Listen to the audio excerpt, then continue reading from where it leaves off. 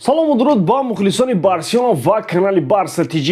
Пеш аз хабарҳои муҳим бояд қайд намоям ки скаутҳои Барселона фаъолияти беҳтаре нишон дода истоданд ва яке аз футболбозоне ки ӯро дар ҳақиқат имконияти хуби трансферӣ меҳисобанд нимовизатгари дастаи Монако Мамаду Кулибали мебошад. Шартномаи Кулибали бо Монако дар охири мавсим ба анҷом мерасад ва ба ӯ бояд танҳо барои тамринҳояш маош пардохт намоянд. Кулибали муддаҳост ки зери назорати скаутҳои Барселона қарор дорад ва дар моҳҳои наздик бояд тасмими худро доири ояндааш бигирад, чунки дастҳои Ювентус, Тоттенхем ва Манчестер Сити омодагӣ барои ба имзо расониндани ӯро доранд. Ба ҳамин хотир ин истеъдоди ҷавонро Барселона набояд аз даст диҳад. Мегузарем ба хабарҳои муҳим. Овозҳо дар бораи дар Барселона мондани Усман Дембеле зиёд шуда истоданд ва тибқи хабарҳои охир Барселона омодааст ки бо Дембеле шартномаашро идома диҳад, аммо ба як шарт. Муҳофизатгари Барселона Ронал Араухо эҳтимолан каталониҳоро тарк мекунад агар Барса барояш маоши муносиб пешниҳод накунад. Манчестер Сити барои гузариши Араухо омодагӣ гирифта истодааст. Барса тасмим гирифтааст ки дар равзанаи трансфери тобистона тамоми кӯшишашро ба харҷ диҳад, то ки муҳофизатгари марказии Челси Антони Рудигерро ба имзо расонад. Худи Рудигер барои гузариш ба Барса омодааст. Шакли пурраи ин хабарҳоро имрӯз бароятон пешкаш менамоем. Дӯстон, футболи дастаҳои баъди бозиҳои мунтахабҳо баргашт. Дар апрел дар бозии марказии давр Манчестер Юнайтед бо Лестер во мехӯранд. Дастаи Рагник набояд хол аз даст диҳад агар хоҳад ки мавсими оянда дар Лигаи Чемпионҳо иштирок намоянд. Ба ғайр аз ин, дар Ла Лига бозии муҳим дар Каталония баргузор мегардад. Барселона дар майдони худ Севильяро пешвоз мегирад. Ҳар дуи даста мехоҳанд ба Реал наздик шаванд. Ювентус кӯшиш мекунад қаздияшро аз Интер гирад баъди охирон мағлубият дар Суперкубоки Италия. Тамошои бозиро бо 1x метавонед ҷолибтар кунед. Регистратсияи осон, пур кардани маблағ аз томи гӯшаву канори дунё, вале аз ҳам муҳим бонус то $100 дар аввалин пардохт бо промокоди Барса ТЖ. Ссилкаи бозӣ дар комментария. Ба ҳама муваффақият.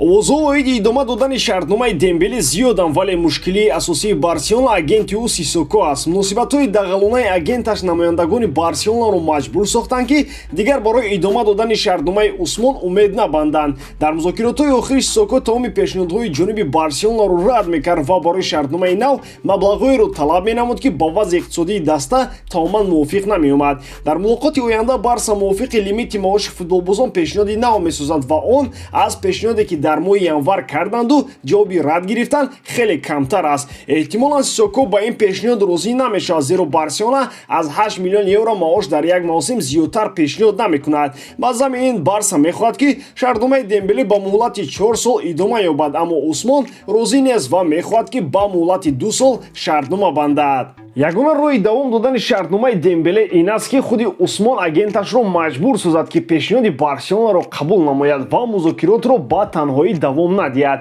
Хави аз Усмон хеле розӣ аст ва Дембеле низ ошкоро эълон менамояд ки мехоҳад кору фаъолияташро бо Хави давом диҳад, вале мушкилии асосӣ Сисоко боқӣ мемонад. Вале дар ҳар сурат Барселона бояд ба суханони ин ду дурӯғгӯ бовар накарда ивазкунандаи Дембелеро низ пайдо намоянд.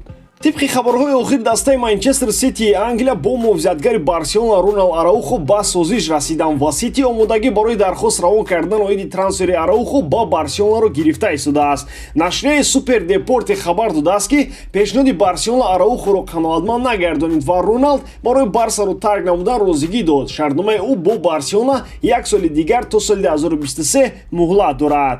Дар ин ҷо ягона ҳолате аст ки Барселона не ӯ балки футболбоз ҳақ аст. Барселона расман иброз намуд ки мехоҳад Араухоро дар даста ҳифз намояд, вале тамоми корро ба хотири ин анҷом намедиҳад. Яъне ки агар Араухо шартномаашро давом надиҳад, Барселона пешниҳодашро беҳтар намекунад, балки ӯро ба фурӯш мегузорад. Ба дигар футболбозони наве ки тобистон ба даста меоянд, аллакай бештар аз 6 миллион евро маош муқаррар карданд, аммо Араухо 1 миллион евро дар як мавсим мегирад. Ба ҳар ҳол машварати Серхио Бускетс ба Ронал Араухо ин аст ки ҳар касе ки Барселонаро тарк кард дар оянда аз ин кораш пушаймон шуд. Араухоро набояд аз Барселона ҷавоб диҳанд.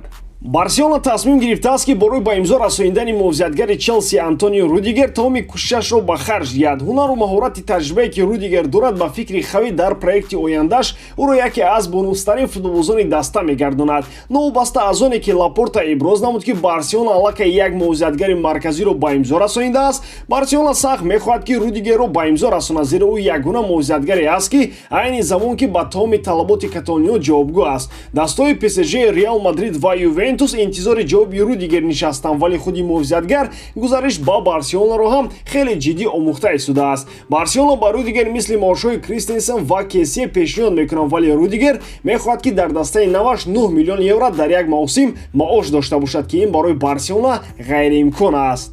баъди шикаст додани Реал Мадрид бо ҳисоби 0-4 дар Бернабеу, худи агентони Рудигер ба намояндагони Барса занг заданд, то ки вазъиятро аз наздик омӯзанд. яъне ки Рудигер гарчанде ки назар ба дигар дастҳо дар Барса маоши камтар мегирад, аммо проекти Хави ӯро хеле ба худ ҷалб кардааст ва эҳтимолан Антонио назар ба халтаҳои пули дигар дастҳо Хавиро бо проекташ интихоб менамояд. рӯзи чоршанбеи гузашта Матео Алемани ва Жорди Кройф бо агентони Рудигер бештар аз 4 соат мусоҳиба намуданд ва натиҷаи он ба наздикӣ маълум мегардад. ба ҳамин таом дӯстон боварӣ дорам ки эҷодкории ман ба шумо писанд меояд. дар ҳам ҳолат Барселонаро дӯст доред ва канали барсатиҷиро дастгирӣ кунед. дастгирии шумо, пешравии мо. Бо шумо мисли ҳар вақта Муҳаммад Гаиров.